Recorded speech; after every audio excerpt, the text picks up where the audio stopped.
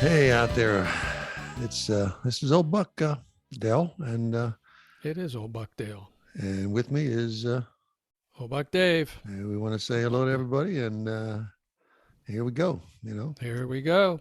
This will be another different episode, I believe. But first of all, I'd like to again thank Judge Jones. The interview with Judge Jones is now our highest downloaded episode. So it was like billions and billions, almost billions and billions of downloads. So clearly, I mean, the interviewers are the same.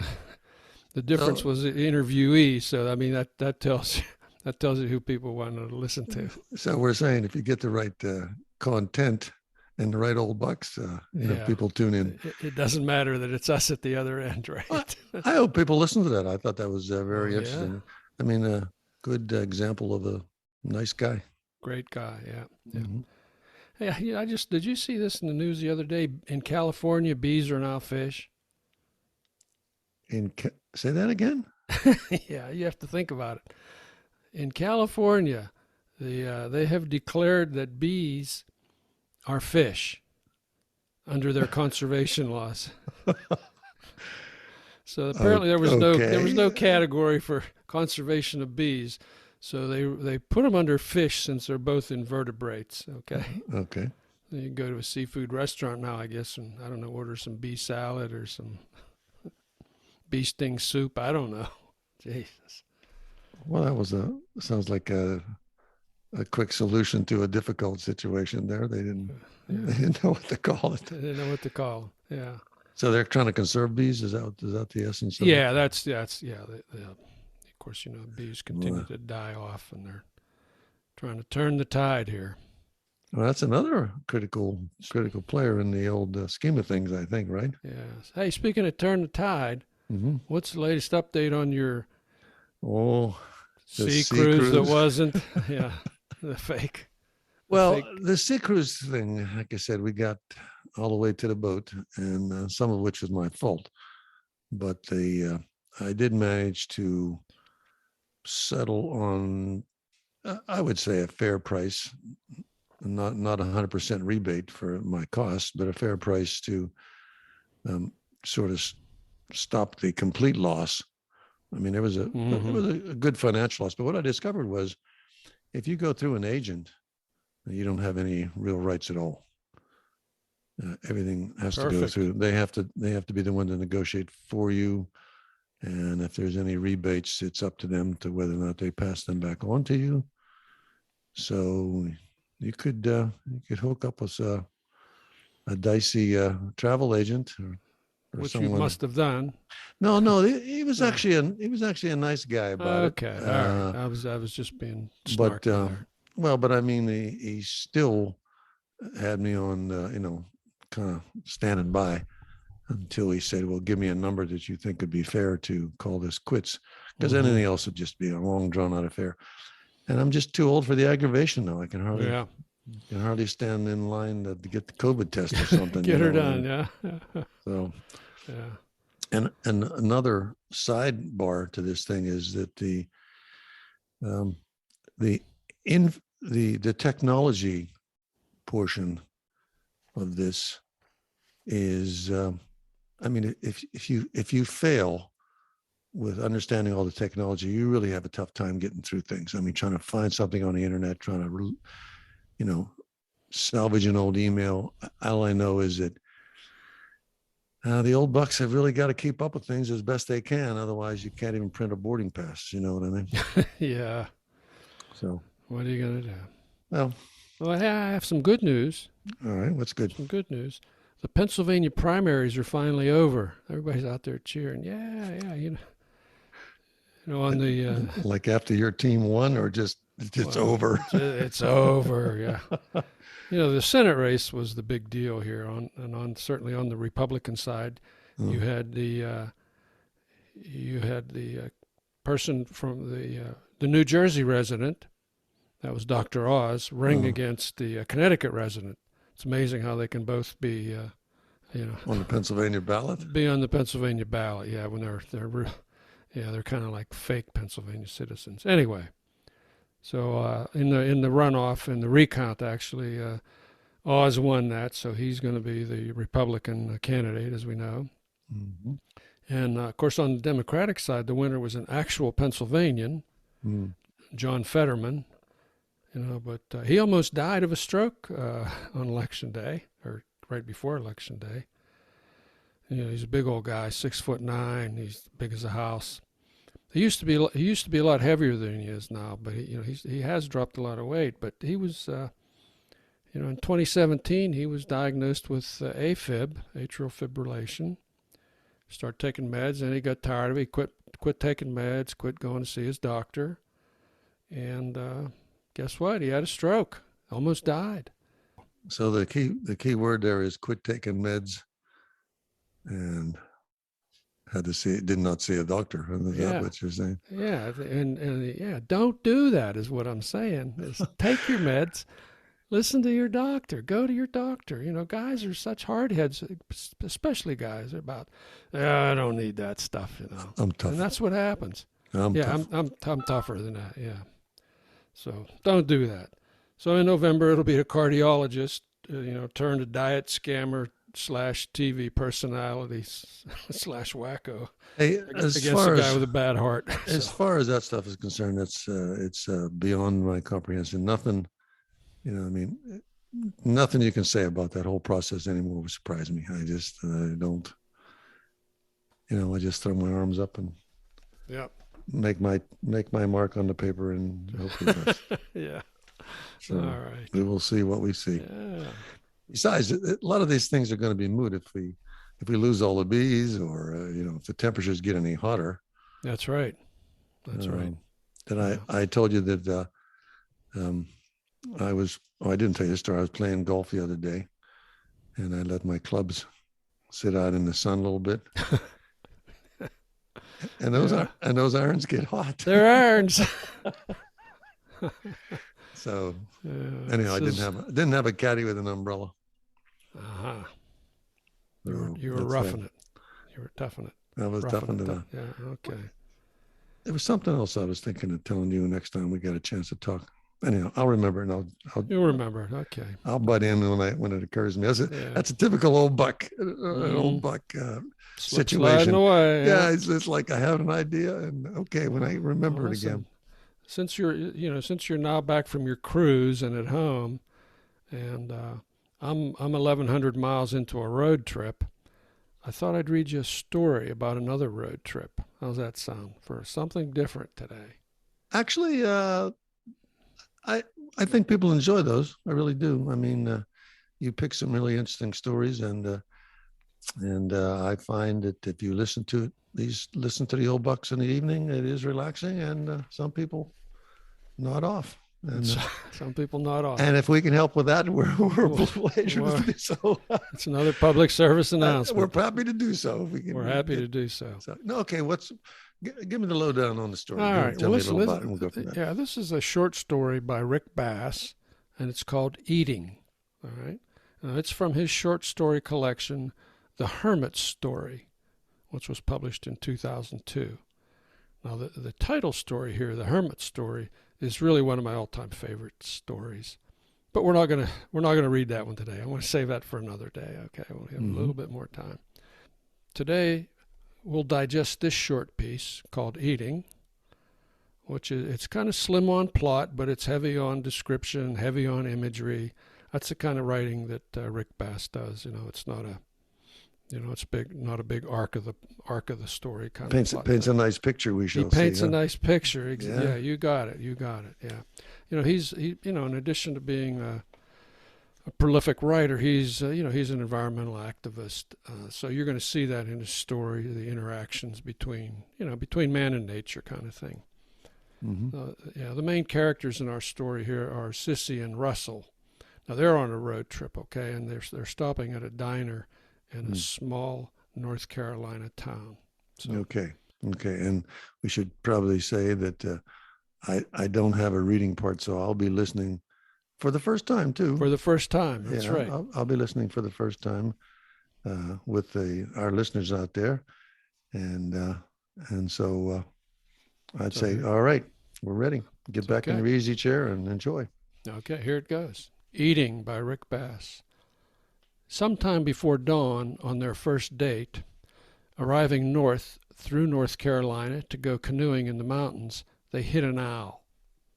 Sissy was sitting up, leaning against Russell's shoulder, and they'd been listening to the radio, not speaking, benumbed by the lateness of the hour and the endless roll of the road beneath. They saw the underside of the owl flare up, brilliant white in the glare of the headlights. It swooped right into their faces, barely missing the windshield. And then there was half an instant of silence, so they thought they had missed it. It was a great horned owl, and seemed as large and incongruous to the night sky in that brief moment as a flying man. But then they heard and felt the thump of the large body striking the canoe, and a few feathers swirled past their windshield. And after slowing and looking back, not seeing it, they drove on, remorseful, saddened. Maybe he made it, Russell said. They followed narrow, winding mountain roads that hugged steep cliffs and edges of rivers from which rose ribbons of steam. They drove slower and slower and saw more and more owls, passing through them as if through a nighttime hatch of immense moths, though they didn't strike any more. They were still in North Carolina when the sun came up, burning orange-red through the fog. And they stopped for breakfast at a small diner that had a smokehouse attached to its side, through the wood-slat cracks of which issued slow blue smoke. The scent of the smoke caught their attention, as if a clothesline had been strung across the road. The diner was built from old cinder blocks, and the parking lot was red clay with scattered beds of gravel. Numerous low swales held muddy water. The lot was filled with old mud-splattered trucks and cars, bald-tired, and with sprung-out taillights and headlights duct-taped in place. All of the license plates were local, and none of the vehicles had bumper stickers of any kind, as if the drivers led lives so pure as to be unconcerned of anything beyond their immediate control.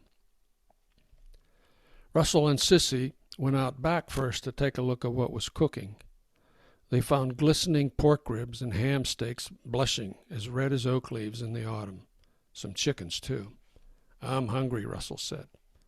They stood there in the blue smoke, letting it bathe them for a while, and looked out at the forest dropping away below them, sweet gum, hickory, oak, loblolly, mountain laurel.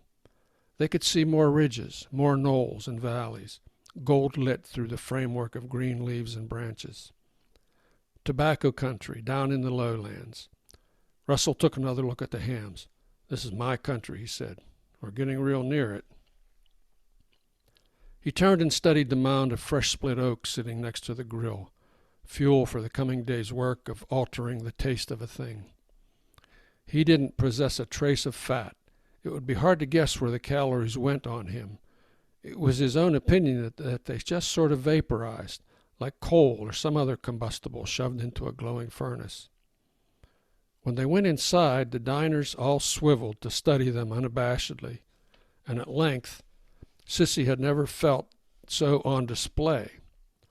Old farmers in blue denim overalls and straw hats staring at her through Coke bottle glasses, canes, gap teeth, gold teeth, tobacco teeth. Finally, Sissy felt compelled to speak. "Hello," she said. One of the old farmers gestured the nub of a finger toward Russell, and then toward their car, and toward the canoe perched atop it. "Son," he said, "what are you doing with that owl?" They looked out the window and saw that an owl, bent-looking and ruffled, was sitting on the hood of their car, blinking. It had gotten sucked up into the canoe, and Russell had been driving so fast it must have ridden, pinned back into the stern, unable to get out. Now that the car had stopped and the pressure had been released, the owl seemed scarcely able to believe it was free. "Can it fly?" one of the old men asked. Others were staring at Russell now. "We must have scooped it out of the sky," Russell said.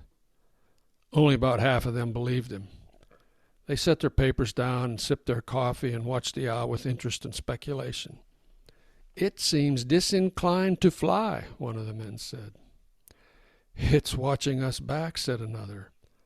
And now it seemed as if a gauntlet had been laid down, so that there was no way that old men would let the owl, this ruffled, yellow-eyed interloper, outstare them, and they crouched forward, leaning over their steaming cups of coffee, and surveyed the owl, which was still squatting in similar fashion, hunched-shouldered, as suspicious of the events that had brought him to this place as were the old men.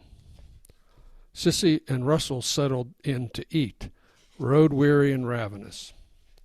They settled slowly, firmly, back into the real world. Russell could not decide what to exclude from the menu, so he ordered one of everything: pancakes, grits, ham, fried eggs, ribs, bacon, biscuits, gravy. And as if to counterbalance his gluttony, Sissy ordered a cup of coffee and a thin piece of ham.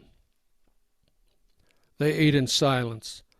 A slash of morning sunlight fell across their table, and after so much darkness on their drive through the night, the sunlight seemed now to carry extra sweetness and clarity. Russell finished his first helpings and decided to focus thereafter on the fried eggs and ham. The waitress brought him another plate, and he stretched. The cracking of tight ligaments in his back sounded almost musical, and told the waitress she'd better just start frying eggs and that he'd tell her when to stop. One of the old men noticed the new plate of food and marked a little tally of it on his napkin. Russell ate steadily for over half an hour.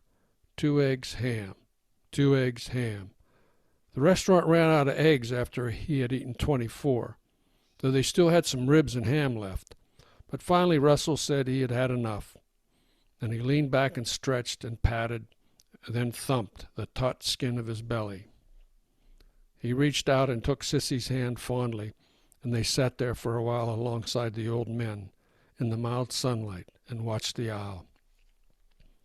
"It wants to eat some ham, too," one of them speculated. "If a cat walks by, that owl will kill it," another warned. Now they began to look about almost eagerly, hoping for such a drama.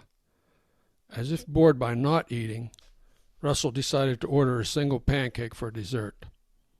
And when it arrived, he doused it with syrup and then ate it slowly with much satisfaction and said, "Damn, I wish I had an egg to go on top of this." And the old men laughed. Russell finished and then got up to go to the bathroom. The waitress got on the phone and began ordering reinforcements for the larder. Sissy noticed that the phone was an old black rotary dial and felt again that they had driven into the past.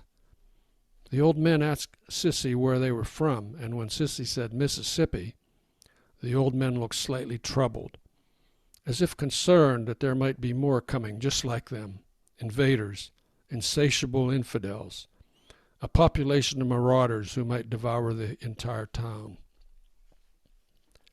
In the bathroom, Russell settled in on the toilet and stared out the open window at the garden beyond.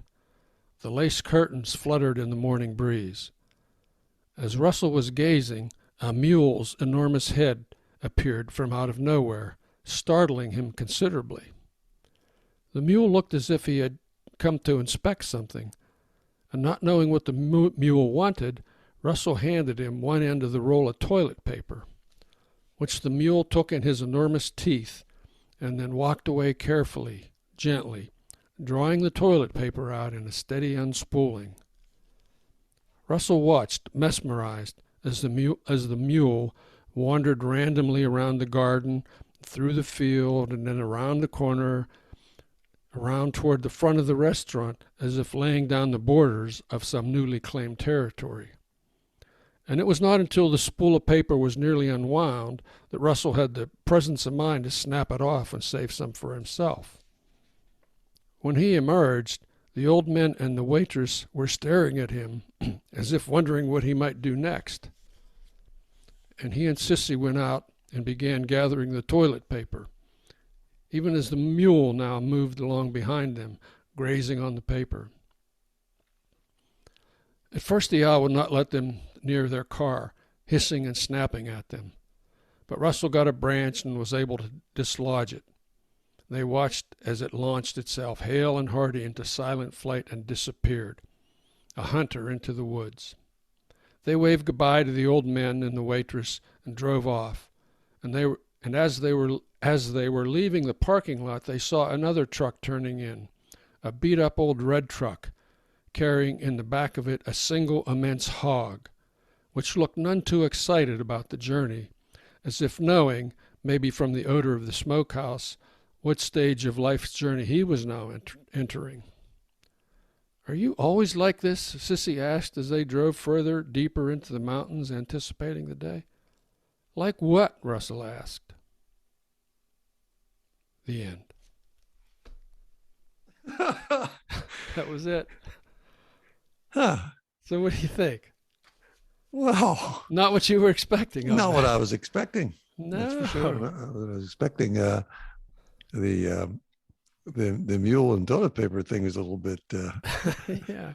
I was trying to think of the science involved in that. But what an imagination this guy has. Yeah. I mean, the descriptions were great. I mean, and the events that happened, they were just, you wondered who was more surprised, the humans or the animals.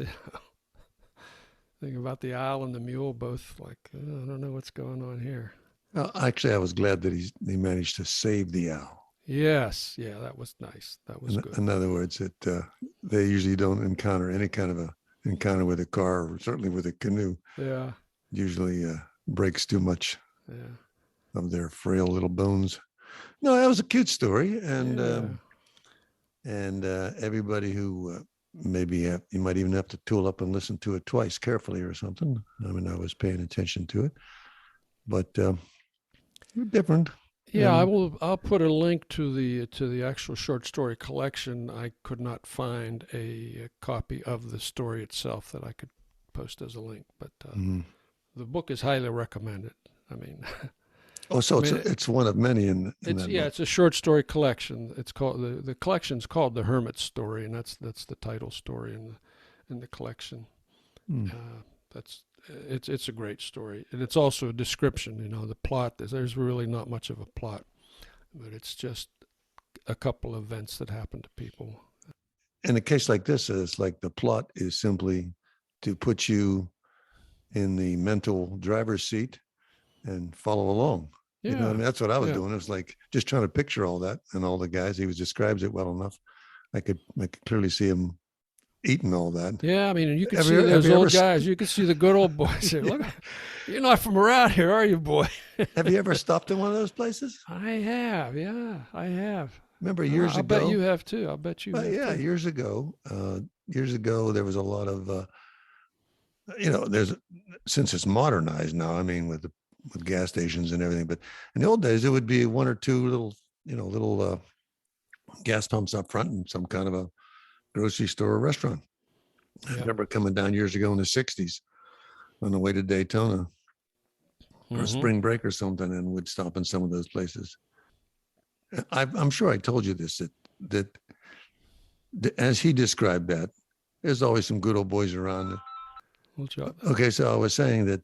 You were saying that one time, one memorable occasion on those, when you stopped in one of those little places out of the way, especially if it wasn't on the interstate, maybe one of the Route 1 or something. And I'll never forget this. I'll never forget. There was a writings on the bathroom wall.